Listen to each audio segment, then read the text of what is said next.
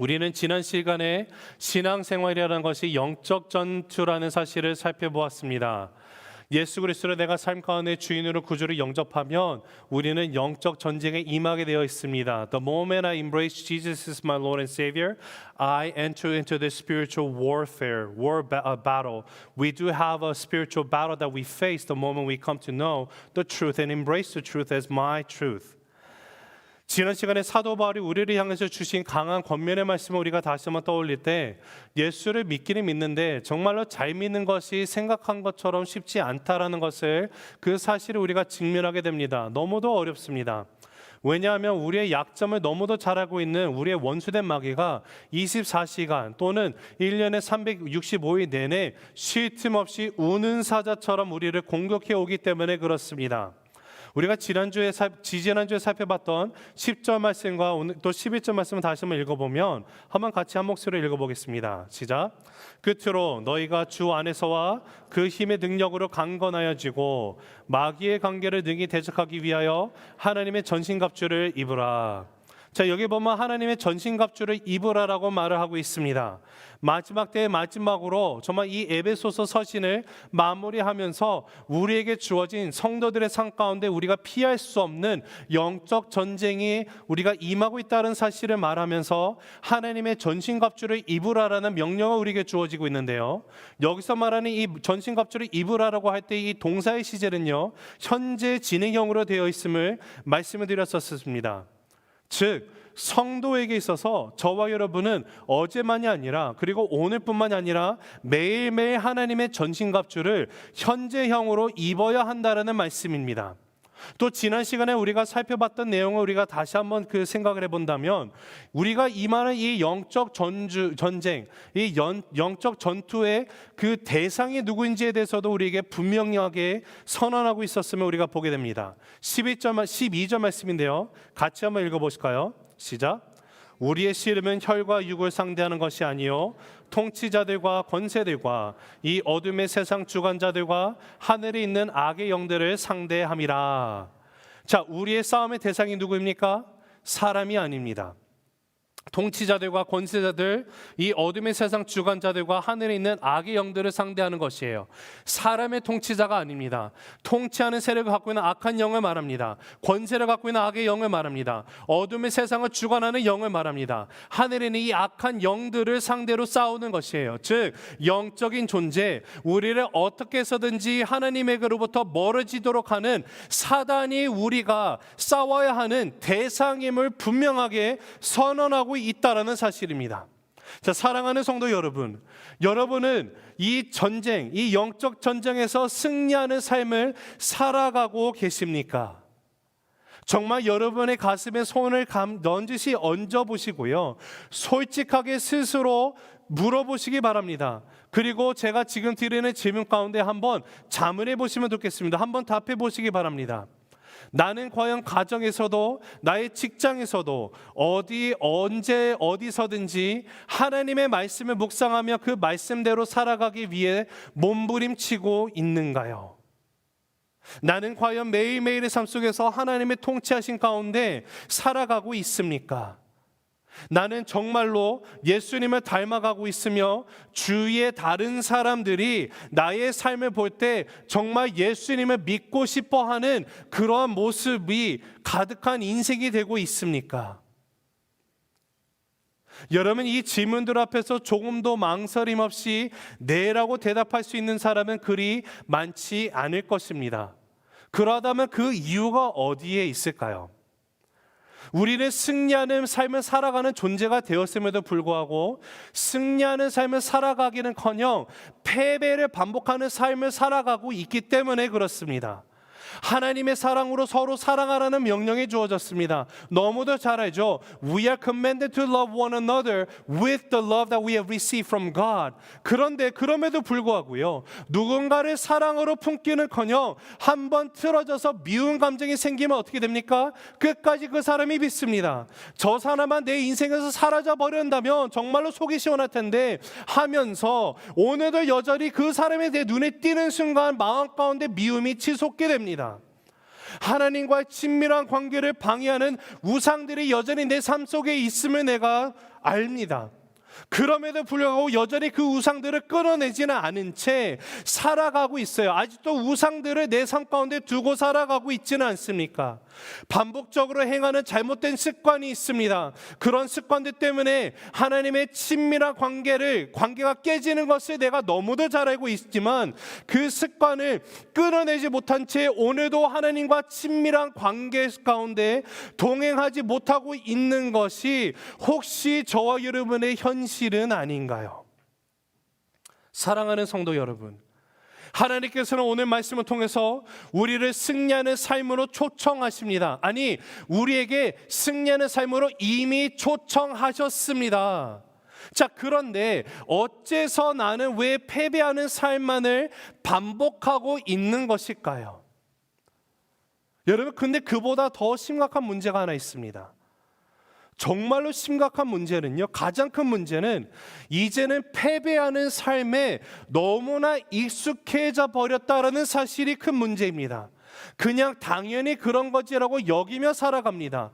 내가 예수님도 아닌데 어떻게 내가 죄를 짓지 않고 살아갈 수 있겠어? I am not Jesus. How can I live like him? This is normal life. You know, I fail and fail and fail. I'm not the only one who fails. But over the course of my life or everyone's life, we are all failures. 나만 그런 게 아니잖아. 다 그래. 예수님 믿는 거, 적당히 믿고 신앙생활하면서 살아가는 거지. 패배라는 것은 당연한 거야. 혹시 패배하는 것에 너무나 익숙해져 버린 나머지 비정상적인 것이 정상적인 것인 마냥 착각하면서 스스로 위안을 삼으며 살아가고 있는 것이 나의 모습이 아닌지 한번 질문을 던져봅니다.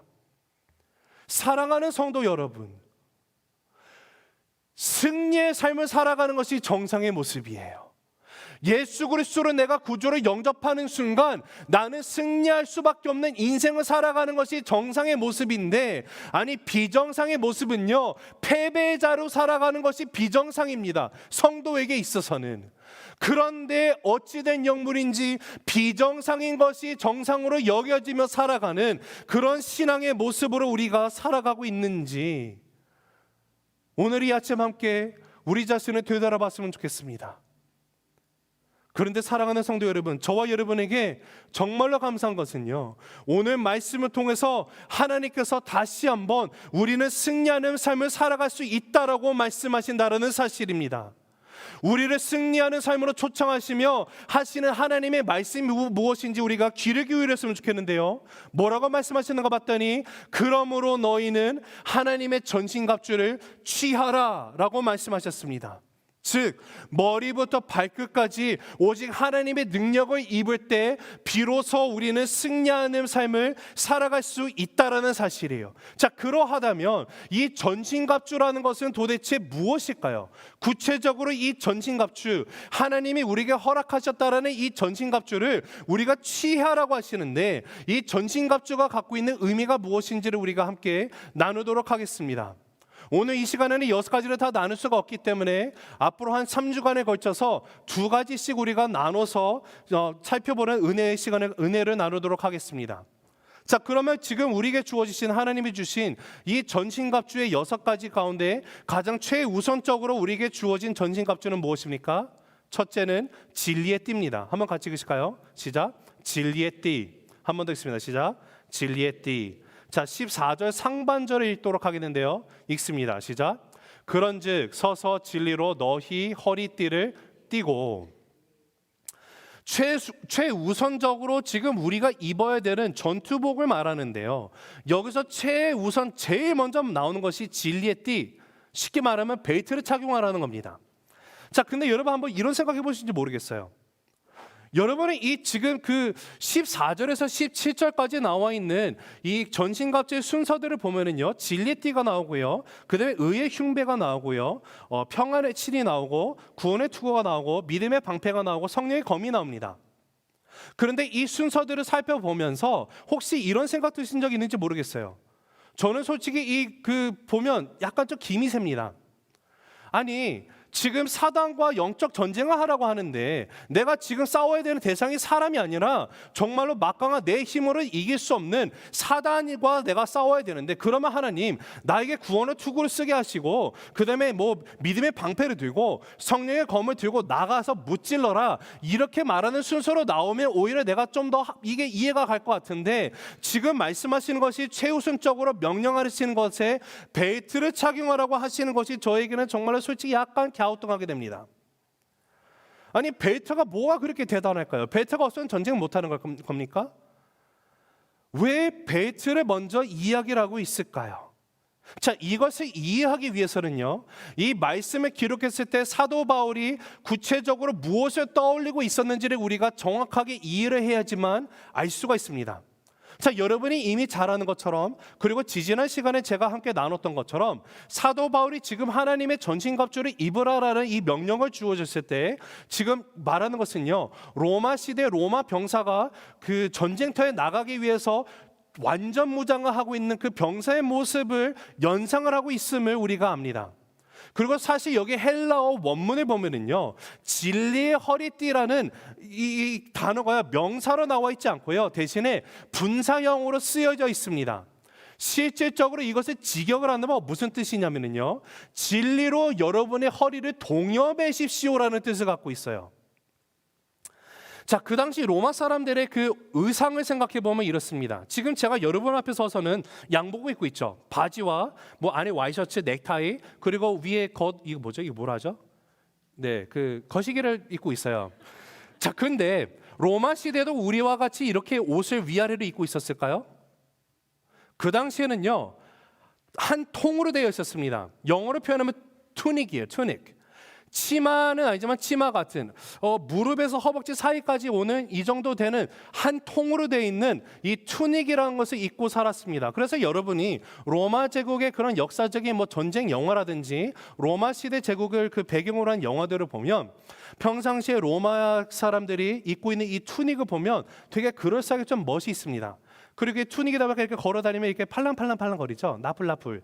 그런데 문제는요, 이들이 어떠한 일을 할 때는 일에 임하기 위해서는요, 이게 치마처럼 펄럭이다 보니까, 또는 전쟁에 나가는 전지 상황에 나가기 위해서는 여기에 허리를 띠를 매야 돼요. 그러지 않으면 어떠한 일도 할 수 없습니다. 왜냐하면 투닉 자체가 거추장스럽기 때문에 그렇습니다. 벨트라는 것이 그런 의미를 갖고 있어요. 벨트를 착용한다는 것은요, 로마인들에게 있어서 전투를 하기 위해서 민첩하게 적의 움직임을 대응하기 위해서 효과적으로 내가 나가기 위해서 벨트를 착용합니다. 또한 이것은 어떤 뜻이 있냐면요, 내가 이제 전쟁에 임한다, 각오를 갖고 있는 것이에요. 각오를 하지 않고서는 벨트를 찰 일이 없습니다. 자, 또한 이 벨트는요, 허리에 힘을 주는 역할을 합니다. 단단히 동여맸을 때 우리의 힘이 이 배의 단전에서 나온다고도 표현하지 않습니까? 허리에 그 힘, 벨트 딱 차면 그때 힘을 쓸 수가 있는 것이죠. 그리고 또 하나는 벨트의 중요한 것은요, 로마 병사들이 칼을 가지고 다닐 때 벨트에다가 칼을 이렇게 차고 다닐 수 있도록 매는 역할을 하는 것이 바로 벨트였습니다. 그러하기 때문에 로마 병사들에게 있어서 벨트라는 것은요, 빠질 수 없는, 뗄래야 뗄 수 없는 가장 중요한 기본기 중에서 가장 중요한 기본기에 속하는 것이 벨트라는 사실입니다. 그렇기 때문에 전쟁을 나가기 위해서 제일 먼저 준비해야 하는 것이 바로 허리를 고정시키기 위한 목적으로 넓은 가죽의 허리띠를 사용했는데, 지금 성도들에게 있어서 그 허리띠가 상징하는 영적인 의미가 바로 진리라는 거예요. 자, 영적 전쟁에 나갈 때 성도가 진리로 그의 허리띠를 단단히 동여야 한다는 뜻을 갖고 있는데, 그러하다면 이 진리의 띠를 착용한다는 것은 구체적으로 그리고 실질적으로 우리의 삶 가운데 무엇을 의미하는지를 우리가 생각을 해봐야 될 것입니다. 자, 여러분 한번 여기서 이 시점에서 한번 질문을 드릴게요. 여러분이 진리, truth라는 단어를 생각하면 what comes to your mind? 여러분이 진리를 생각하면 가장 먼저 떠오르는 것이 어떤 것이 있으십니까? 어떤 것이 있으세요? 네, 누군가가 속삭이는 소리가 들리는데요, 제가 잘 들었다면요, 말씀, 이렇게 얘기하신 것 같아요. 말씀을 얘기하셨습니다. 네, 맞아요. 하나님의 말씀이 절대적인 진리죠. 하나님의 말씀이 진리입니다. 푸른 마르고 꽃은 시드나 주의 말씀은 영원합니다. 그러나 제가 한번 질문을 던져볼게요. 여기서 의미하는 진리가 절대적인 하나님의 말씀을 가리키고 있는 것일까요? 어떻게 생각하세요? 제가 이렇게 물어보는 질문은 그 답이 어디 있을까요? 그러기 때문일까요? 아니기 때문일까요? 아니기 때문에 그러겠죠? 자, 그러면 그 이유를 어디서 찾아볼 수 있을까요? 가장 기본적인 해답을 찾는다면 본문에서 17절을 우리가 살펴볼 수 있습니다. 17절을 같이 읽습니다. 시작. 구원의 투구와 성령의 검, 곧 하나님의 말씀을 가지라. 자, 여기 성령의 검을 말하고 있는데 전신갑주의 마지막에 성령의 검입니다. 근데 이 성령의 검이 곧 뭐라고 말씀하고 있어요? 하나님의 말씀. 자, 그러면 성령의 검도 하나님의 말씀이고 진리의 띠도 하나님의 말씀일 리는 없지 않겠습니까? 똑같은 것을 굳이 다르게 반복적으로 표현할 리는 없을 것입니다. 그리고 오늘의 본문의 말씀만 잘 살펴보아도 진리의 띠가 하나님의 말씀을 상징하지 않는다는 것을 우리가 쉽게 알 수도 있습니다. 자, 그러면 여기 성도들이 허리에 동이는 이 진리라는 것은 결국 무엇을 말하고 있을까요? 이것에 대해서 제가 정말 많은 신학자들의 주석도 살펴보고 했는데 거기서 내린 결론은요, 에베소서에서 바울이 사용하는 이 진리라는 단어가 갖고 있는 그 뜻을 우리가 고려해 볼 때 정확하게 알 수가 있습니다. 자, 우리가 이해를 돕기 위해서 에베소서 1장 13절 한번 읽어보도록 하겠습니다. 읽습니다. 시작. 그 안에서 너희도 진리의 말씀 곧 너희 구원의 복음을 듣고. 자, 여기서 진리의 말씀을 말하는데 진리의 말씀이 뭐라고요? 구원의 복음을 말하고 있어요. 구원의 복음이 진리구나. 자, 에베소서 4장 21절입니다. 읽습니다. 시작. 진리가 예수 안에 있는 것 같이 너희가 참으로 그에게서 듣고 또한 그 안에서 가르침을 받을진대. 자, 25절 읽습니다. 시작. 그런즉 거짓을 버리고 각각 그 이웃과 더불어 참된 것을 말하라. 이는 우리가 서로 지체가 됨이라. 여기서 말하는 참된 것을 말하는 것은 진리를 말하라는 것을 말합니다. 지금 에베소서 1장, 4장 이 세 가지 구절들을 그냥 우리가 잠깐 샘플로 봤는데요. 여기서 종합적으로 쉽게 말씀드리면 오늘 본문에서 그리고 사도 바울이 에베소서에서 말하는 진리에서 강조점이 어디 있냐면 바로 복음 안에 나타난 진리로 예수 그리스도를 상징하고 있습니다. 사랑하는 성도 여러분, 영적 전쟁에 매일매일 우리가 나가는데 항상 예수 그리스도라는 진리로 우리의 허리를 단단히 동여매고 나아가는 새세명교회 가족 모두가 되시기를 간절히 주님의 이름으로 축복합니다. 여러분, 우리가 골로새서를 보면은요, 사도 바울이 우리의 신앙생활 가운데 있어서 세상의 그 철학과 헛된 속임수를 경계하라고 말하면서 이렇게 말합니다. 골로새서 2장 8절인데요, 읽습니다. 시작. 누가 철학과 헛된 속임수로 너희를 사로잡을까 주의하라. 이것은 사람의 전통과 세상의 초등학문에 따름이요 그리스도를 따름이 아니니라. 자, 여기가 누가 철학과 헛된 속임수로 너희를 지금 미혹하고 있다는 뜻이에요. 너를 속이려고 하고 있다. 그 누가 누굴까요? 지금 이 세상의 철학과 또 헛된 속임수가 지금 오늘도 저와 여러분을 미혹하고 넘어뜨리고 하고 있다는 사실입니다. 자, 오늘날 성도들을 미혹해서 또 강력하게 세상의 철학 또는 헛된 속임수로 우리에게 다가오고 있는 것들은 어떠한 것이 있는지를 한번 생각을 해봤습니다. 많은 것들이 있겠지만 크게 두 가지를 떠올리게 됩니다. 첫째는요, 진화론입니다. 우리가 지난달에 있었던 창조과학 세미나를 통해서 우리가 알게 되었던 사실이 무엇입니까? 진화론의 허구와 논리의 비현실성은요, 우리들이 조금만 관심을 가지고 들여다보면 일반적인 상식으로도 쉽게 진화론의 것이 허구라는 사실을 알 수 있어요.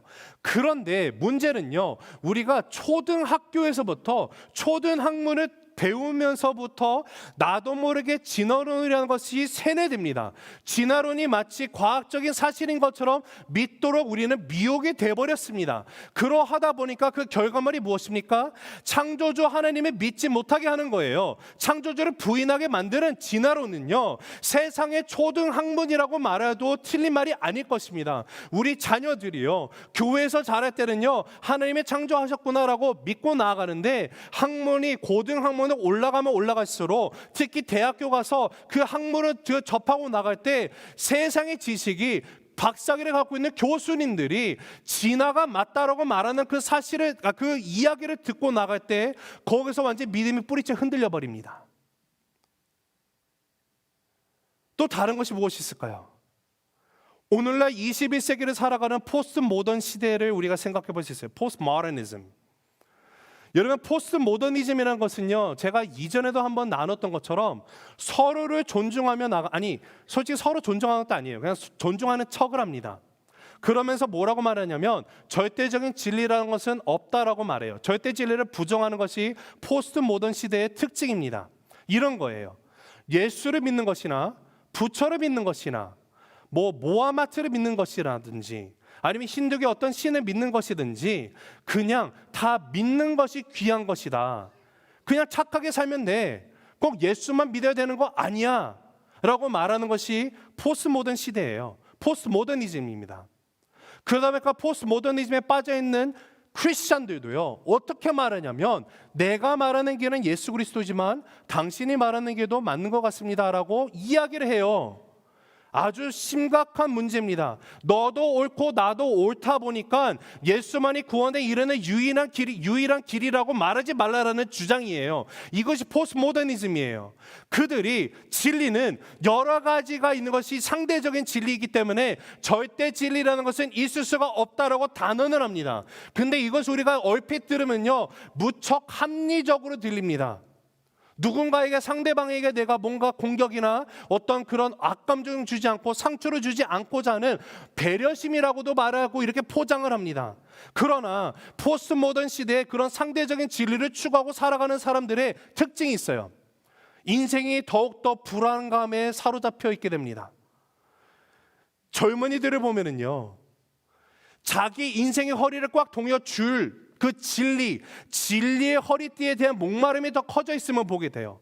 세상이 말하는 진리대로 따라 살아갑니다. 내가 무엇인가 좀 성공을 합니다. 뭔가 어떤 직이 오르고요, 돈도 좀 많이 벌고요, 뭔가 갖추었습니다. 그런데 보니까 여기에는 어떤 것도 나의 삶에 의미를 주는 것이 없다라는 거예요.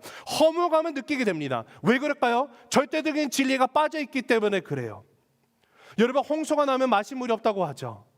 물은 넘쳐나지만 마실 물이 없는 것처럼 오늘날 우리가 살아가고 있는 이 포스트 모던 시대의 문제가 뭐냐면요, 더욱더 진정한 절대적인 진리가 없다고 하기 때문에 그 진정한 진리가 무엇인지를 갈망하며 살아갈 수밖에 없다라는 거예요. 참 진리, 자기 인생을 붙들어 맬 수 있는 진리, 우주가 다 사라져도 변하지 않을 그 절대 진리가 그들의 인생 가운데 자리하고 있지 않기 때문에 그렇습니다.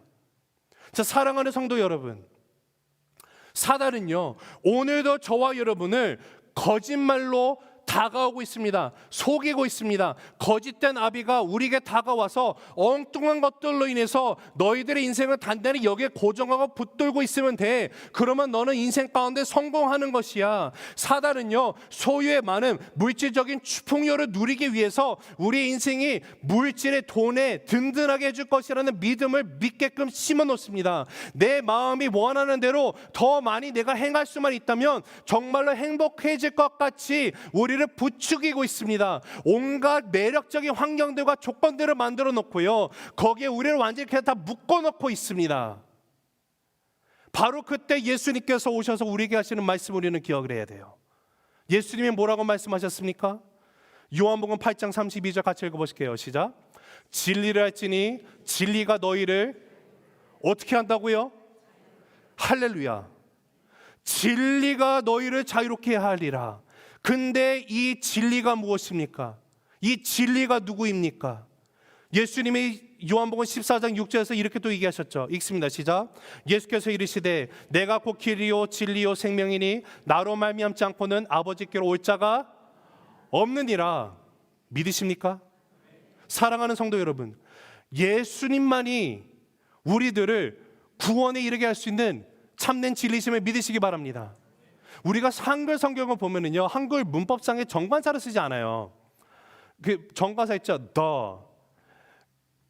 정관사가 없다 보니까 불분명한데요. 원어나 영어를 보면 헬라도 그렇고 영어도 정관사가 정말로 중요합니다. 그래서 영어 성경이 오히려 더 잘 돼 있는데 예수님이 I am the way, the truth and the life라고 얘기하셨어요. 만약에 여기 정관사가 없고 예수님이 I am a way, a truth and a life라고 말씀하시면 어떤 의미가 될까요? 나는 많은 게 중에 하나다. 많은 진리 중에 하나다. 많은 생명을 줄 수 있는 자 중에 하나다라는 뜻이 돼요. 그러나 예수님은 그러지 않으셨습니다. 정확하게 정관사 너를 붙이시면서 나 외에는 다른 길이 없음을 선포하셨습니다. 사랑하는 성도 여러분, 우리의 인생의 알파와 오메가는 오직 예수 그리스도 한 분이심을 믿으시길 간절히 바랍니다. 그분이 이 땅에 우리를 구원하기 위해서 오셨습니다. 죽으시고요, 십자가에서 나를 위해서 처참하게 피를 흘리시고 나의 죄값을 치르시고 부활하시고 나를 구원에 인도하시는 그 하나님께서는요, 이제는 나의 인생 가운데 내가 살아가고 있는 이곳에서 맞지 않은 죽음이 끝이 아니라 영원이라는 시간으로 이어진다라고 말씀하십니다. 그뿐만이 아니죠. 오늘 우리가 이 땅에서 행하는 나의 생각과 행동, 선택과 결정은요, 곧 하나님의 나라와 영원한 상급과 연관이 되어 있다 수없이 말씀하신 분이셨습니다. 여러분, 그분이 절대 진리이심을 믿으시기 간절히 바랍니다. 그분께서 저와 여러분에게 오늘날 너희도 나의 십자가를 짊어지고 나를 따르라라고 말씀하십니다. 그분께서요, 나를 살리신 분이요, 나를 살리신 것에서 그친 것이 아니라 오늘도 내가 너와 함께 하리라. 세상 끝날까지 내가 너와 함께 할 거야. 네가 살아가는 데 필요한 힘 내가 모든 걸 공급해 줄게. 나를 인도하시는 분이 바로 나의 예수 그리스도이심을 믿음으로 고백하는 저와 여러분 되시기를 간절히 주님의 이름으로 축복합니다. 근데 여러분, 사단은요, 오늘도 변함없이 영적인 전쟁터인데 우리들에게 거짓과 속임을 넣고 있어요. 세상의 헛된 철학, 초등학문으로 공격해 들어오면서 절대 진리라는 것에 있을 수 없다라고 이야기합니다. 그런데 여러분, 그런 상황에서 성도는요, 구원의 진리 예수 그리스도만을 온전히 붙드는 자인 줄을 믿으시기 바랍니다. 오직 예수 그리스도예요. 그분만이 진리라는 사실이에요. 그래서 사도 바울이 로마서 1장 16절에서 뭐라고 고백했습니까? 같이 읽습니다. 시작. 내가 복음을 부끄러워하지 아니하노니 이 복음은 모든 믿는 자에게 구원해 주시는 하나님의 능력이 됨이라. 할렐루야. 내가 복음을 부끄러워하지 않습니다. 왜요? 이 복음은 모든 믿는 자에게 구원해 주시는 누구의 능력이라고요? 하나님의 능력이 된다라는 사실이에요. 내가 예수 그리스도의 구주를 영접하는 순간 나의 삶 가운데 이미 하나님의 능력이 임했다는 사실입니다. 바로 그 사실, 예수님만이 참 진리시고 그분만이 구주이시며 그분만을 통해서 우리가 구원을 얻고 하나님의 자녀가 될 수 있다라는 것을 확실히 믿는 것이 바로 우리의 삶 가운데 필요한 첫 번째 도구, 진리의 띠라는 거예요. 나의 허리에 그 진리의 띠를 동을 매는 것을 뜻합니다. 예수 그리스도를 통해서만 얻어지는 것. 그러하기 때문에 나의 인생은요, 예수를 만나는 순간부터 처음부터 끝까지 다 이제는 예수를 위해서 예수로만 살아가는 존재가 되는 것이에요. 이 사실을 우리가 잊지 않고 허리에 진리의 띠를 메고 영적 전쟁터로 나아가는 저와 여러분 되시기를 간절히 주님의 이름으로 축복합니다. 두 번째, 우리가 가져야 하는 하나님의 전신갑주 두 번째는요, 의의 호심경입니다. 같이 읽습니다. 시작. 의의 호심경. 한 번 더 읽습니다. 시작. 의의 호심경. 자, 14절 하반절인데요, 읽습니다. 시작. 의의 호심경을 붙이고. 자, 이게 한국말이 되게 어려운 것 같아요. 저는 호심경은 분명 한문일 것 같은데 어떤 뜻을 갖고 있는지 솔직히 그냥 안 찾아봤습니다. 왜냐하면 영어 breastplate 너무 쉽게 나와 있어요. 그렇죠? breastplate. 가슴의 플레이트다. 그렇죠? 아, 네. 제가 너무 무식이 충만한가요? 자, 근데 여러분, 여기서 말하는 이 호심경이라는 것은요, 그 당시 로마 그 병사들이 그 전쟁을 나갈 때 로마 군인들이 가슴과 폐, 특히 심장을 보호하기 위해서 노쇠로 이것을 쳐서 만든 이런 그 방어판을 말합니다. 왜 이 방어판이 필요할까요? 왜 호심경이 필요할까요? 그 당시에는 총으로 쏴는 총싸움이 아니었죠. 적을 물론 이제 대포 같은 걸로 멀리서 쏘고 나중에 활도 쏘기도 하고 근거리 가서 그 공격하고 전투를 할 때는요, 직접 1대1로 맞서 싸워야 됩니다. 그러다 보니 도구가요, 칼, 창 이런 거죠. 자, 만약에 제가 적군을 쓰러뜨리기 위해서 창을 가지고 공격을 한다고 치면 제일 쉽게 이 적을 무너뜨릴 수 있는 건요, 급수를 일격에 가해서 넘어뜨리는 걸 거예요. 만약에 어설프게 찔러서 이 사람이 안 넘어서 어떻게 해요? 어라, 내가 죽었네, 이렇게 될 수 있지 않습니까? 자, 그러면 생각해 보면 급소를 생각해 보면 정중앙에 있어요. 사람의 급소가.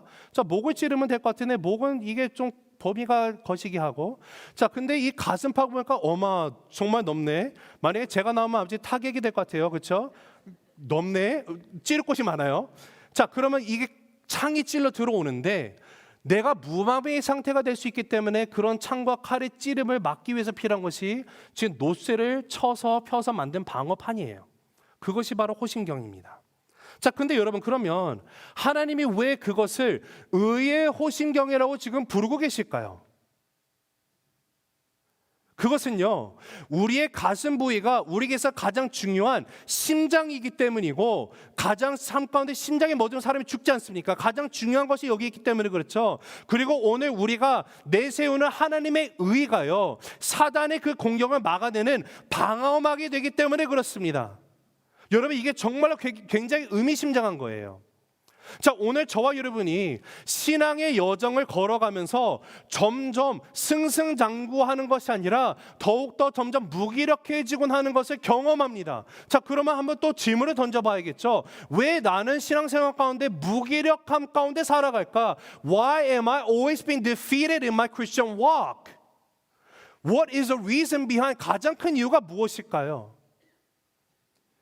여러분, 많은 이유를 생각해 볼 수 있겠지만 가장 큰 이유는요, 사단이 저와 여러분이 어떤 면을 공격하면, 우리의 어떤 면을 공격했을 때 우리가 가장 크게 절망하고 또 낙심하고 넘어지게 될지를 너무도 잘 알고 있어요. 그러다 보니까 무엇이 가장 위협적인 사단의 공격이 되는가 우리가 생각해 보면요, 저는 제 경험을 통해서 알 수 있는 한 가지가 있습니다. 제가 넘어질 때 무엇으로 넘어지는가 하면은요, 죄라는 것 때문에 넘어지는 거예요. 바로 죄의 문제예요. 죄의 문제로 다가오는 공격이에요. 사단은요, 오늘도요, 저와 여러분을 공격하기 위해서 죄라는 칼로, 죄라는 창으로 내 심정을 비수로 꽂으려고 오늘도 겨냥해서 지금 꽂고 있다는 거예요. 찌르고 있다는 것이에요. 여러분, 우리의 경험을 생각해 보기 바랍니다. 내가 정말로 쉽게 낙심하고 무기력함에 빠지고 하나님의 은혜를 더 이상 기대하지 못하게 되는 순간이 언젠가 생각해 보면요, 바로 죄의 문제로 넘어질 때일 것입니다. 내가 또 실패했구나라고 느껴질 때예요. 여러분, 그때가요 가장 힘이 빠지고요, 또 그때가요 사단이 가장 의기양양해하는 그 순간이 아닌가요? 그때 내 안에 또 갈등이 생겨요. 사단이 속삭이는 거죠. 야, 너는 안 돼. 넌 또 진 거야. 야, 너 하나님의 약속을 또 어겼어. 야, 너 같은 애가 어떻게 구원을 받겠냐? 야, 넌 실패자라니까. 아, 그래, 나는 실패자구나. 야, 너 그런 나서로 무슨 예배를 드린다 교회, 웃기지 마. 그냥 집에 있어. 온라인 예배 드려. 하나님이 너 같은 사람을 죄 가운데 무슨 나서 하나님 앞에 나간다는 거야 도대체? 야, 한 목사, 네가 무슨 나서로 지금 강단 위에 서서 말씀을 전한다는 거야? 내가 너를 누구보다 더 잘 아는데, 네가 지금까지 그 수많은 죄의 얼룩들을 내가 다 알아. 다른 사람들은 몰라도 너는 거기서 설교할 자격이 절대 안 돼. 당장 내려와. 여러분, 누가 우리를 이렇게 고발하고 있습니까? 사단이에요, 사단. 다시 한번 기억하시기 바랍니다. 사단은요, 끊임없이 저와 여러분은 낙심하게 합니다. 나는 하나님 앞에서 무가치한 존재구나. 나는 죄인이구나. 나는 죄 가운데서 이길 능력이 없구나. 나는 실패구나. 매일 느끼게 하면서 낙심과 절망 가운데 빠지게 합니다. 내가 열심히 기도해 보려고 노력을 하고 나가요. 그런데 내 마음속에 자괴감을 심어줍니다. 야, 하나님이 너의 기도를 들어줄 리가 없잖아. 넌 죄인인데. 100번 기도해봐라. 지난주에 너 또 죄 지었지? 야, 나만 하는 게 아니야. 하나님 더 잘하시잖아. 하나님이 그런 너의 모습에도 불구하고 너의 기도 가운데 응답할 것 같냐? 여러분, 그 순간 기억하시기 바랍니다.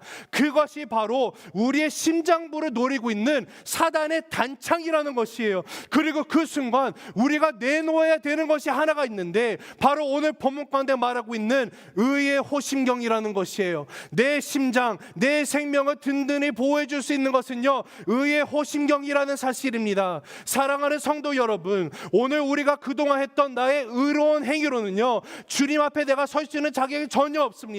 나는 내 자신을 스스로 의롭게 만들 수가 없는 것이에요. 그러나 하나님께서요, 나를 의롭게 여겨주셨다는 사실이에요. 여기서 말하는 이 호심경은요, 하나님의 의라고 말합니다. 내가 의롭지 않아요. 난 죄인이에요. 근데 하나님이 나 같은 죄를 위해서 십자가에서 예수 그리스도를 처참한 죽게 내버려 두시더라고요. 그 주님이 나의 죄값을 지불하셨습니다. 대신에 부활하셨어요. 누구든지 예수 그리스도를 구주로 영접하는 자들에게는 하나님의 아들과 딸이 되는 권세를 주신다고 하십니다.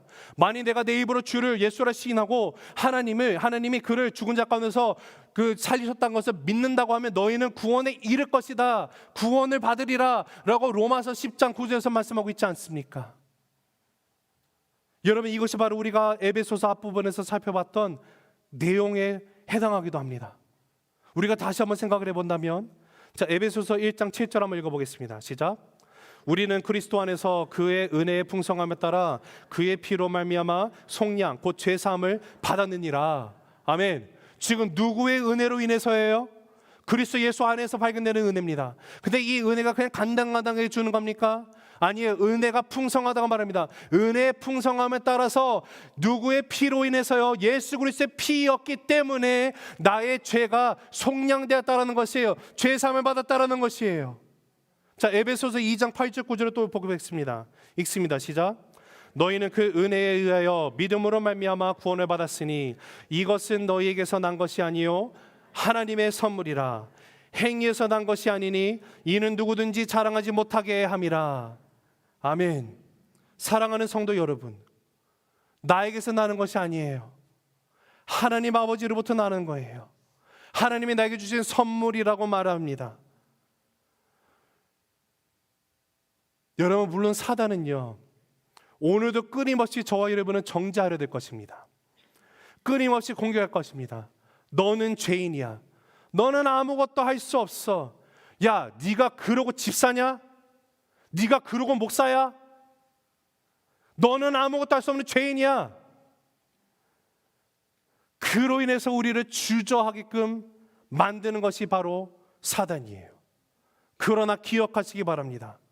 이 영적인 전쟁터로 우리가 나갈 때 우리가 우리 가슴에 달아야 되는 이 의의 호심경은요, 내가 스스로 노력을 해서 얻는 것이 아니라 하나님께서 예수 그리스도의 보혈을 통해서 허락하신 의라는 사실이에요. 그분이 위로부터 나에게 내려주신 우리의 죄와 허물을 덮어주신 하나님의 의라는 사실을 믿으시기를 간절히 바랍니다.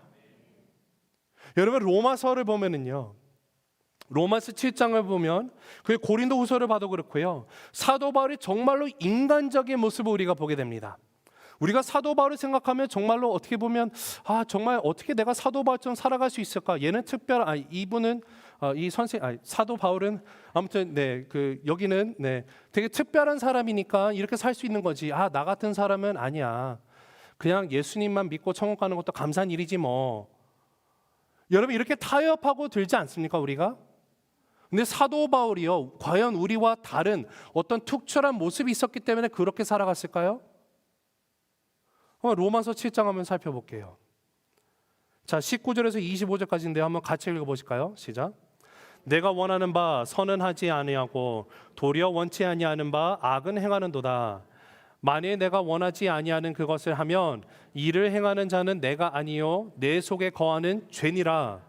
그러므로 내가 한 법을 깨달았노니 곧 선을 행하기 원하는 나에게 악이 함께 있는 것이로다. 내 속사람으로는 하나님의 법을 즐거워하되 내 지체 속에서 한 다른 법이 내 마음의 법과 싸워 내 지체 속에 있는 죄의 법 아래로 나를 사로잡아 오는 것을 보는도다. 오호라, 나는 공고한 사람이로다. 이 사망의 몸에서 누가 나를 건져내랴. 그런즉 내 자신이 마음으로는 하나님의 법을, 육신으로는 죄의 법을 섬기노라.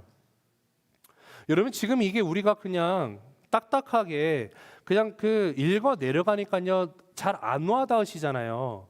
근데 이거는요 사도 바울이 절규하고 있는 거예요.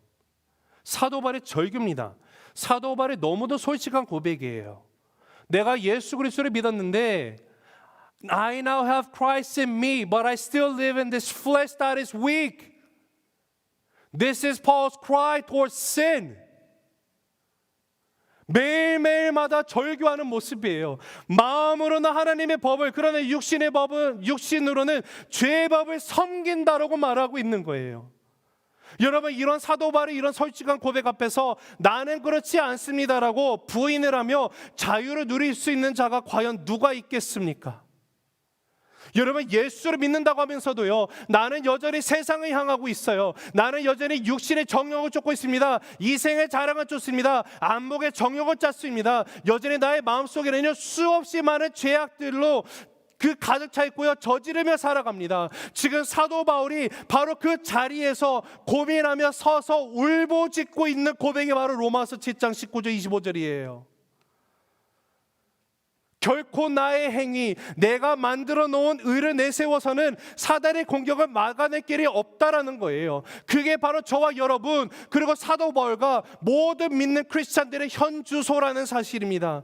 여러분, 내 힘으로 할 수 있는 것은 아무것도 없어요. 아무리 결단하고 내가 작전 기도를 한다고 하지만 여전히 죄의 영향력은요, 막강하고요, 나를 공격합니다. 나를 넘어뜨려서 절망시키려고 합니다. 우리가 여기에 그런 현주소에 머무른다고 하면요, 바로 로마서 7장에서 절망하고 있는 또 다른 하나의 사도 바울에 불과할 수밖에 없다는 것이에요. 만일 그것이 저와 여러분이라고 한다면 우리의 심장을 향해서 찌르면서 공격해오는 사단의 공격을 막아낼 수 있는 의의 호심경이 전혀 없다라는 사실입니다. 그런데 사랑하는 성도 여러분, 소망은요, 여기서 이야기가 끝나지 않는다라는 거예요. 그리고 오늘 본문 말씀 가운데서 말씀하시는 이 의의 호심경이라는 것은요, 로마서 7장이 아니라 로마서 8장에서 비롯됨을 우리가 보게 됩니다.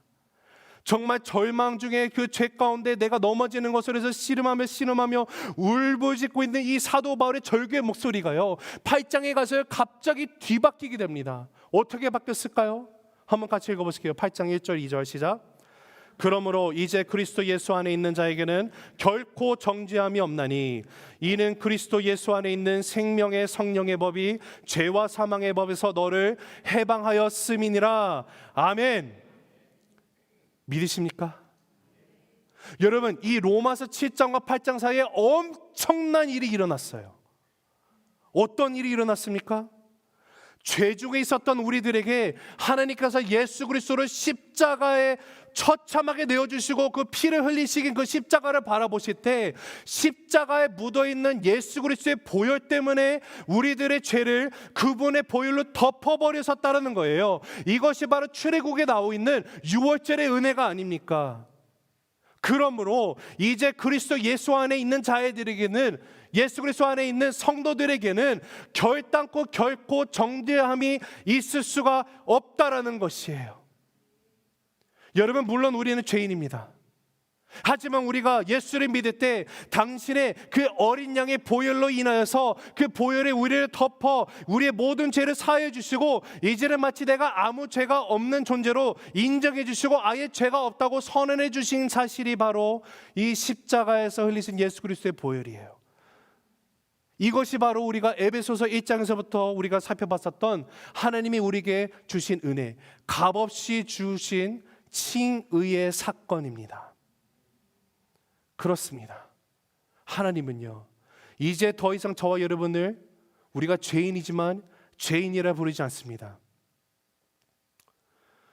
주의 은혜로 대속받아서 피와 같이 붉은 죄 눈같이 휘겠네. 우리의 진홍빛같이 붉은 죄가요, 눈같이 휘어졌어요.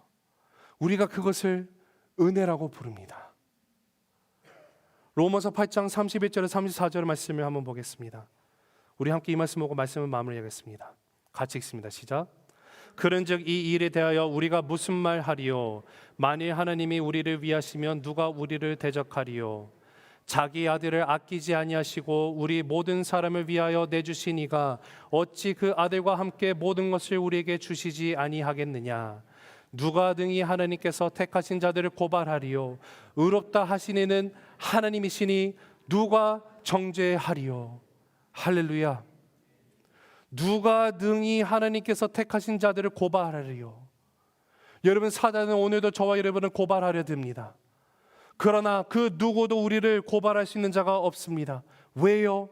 하나님께서 우리를 택하셨기 때문에 그렇습니다. 우리를 택하시고 우리를 의롭다 하신 이가 바로 하나님이라는 사실이에요. 다른 이가 우리를 의롭다고 하는 것이 아니라 하나님 창조주이신 그분께서 나를 의롭다라고 선언하셨다라는 것이에요. 그러하기 때문에 그 누구도 성도를 더 이상 정죄할 수가 없습니다.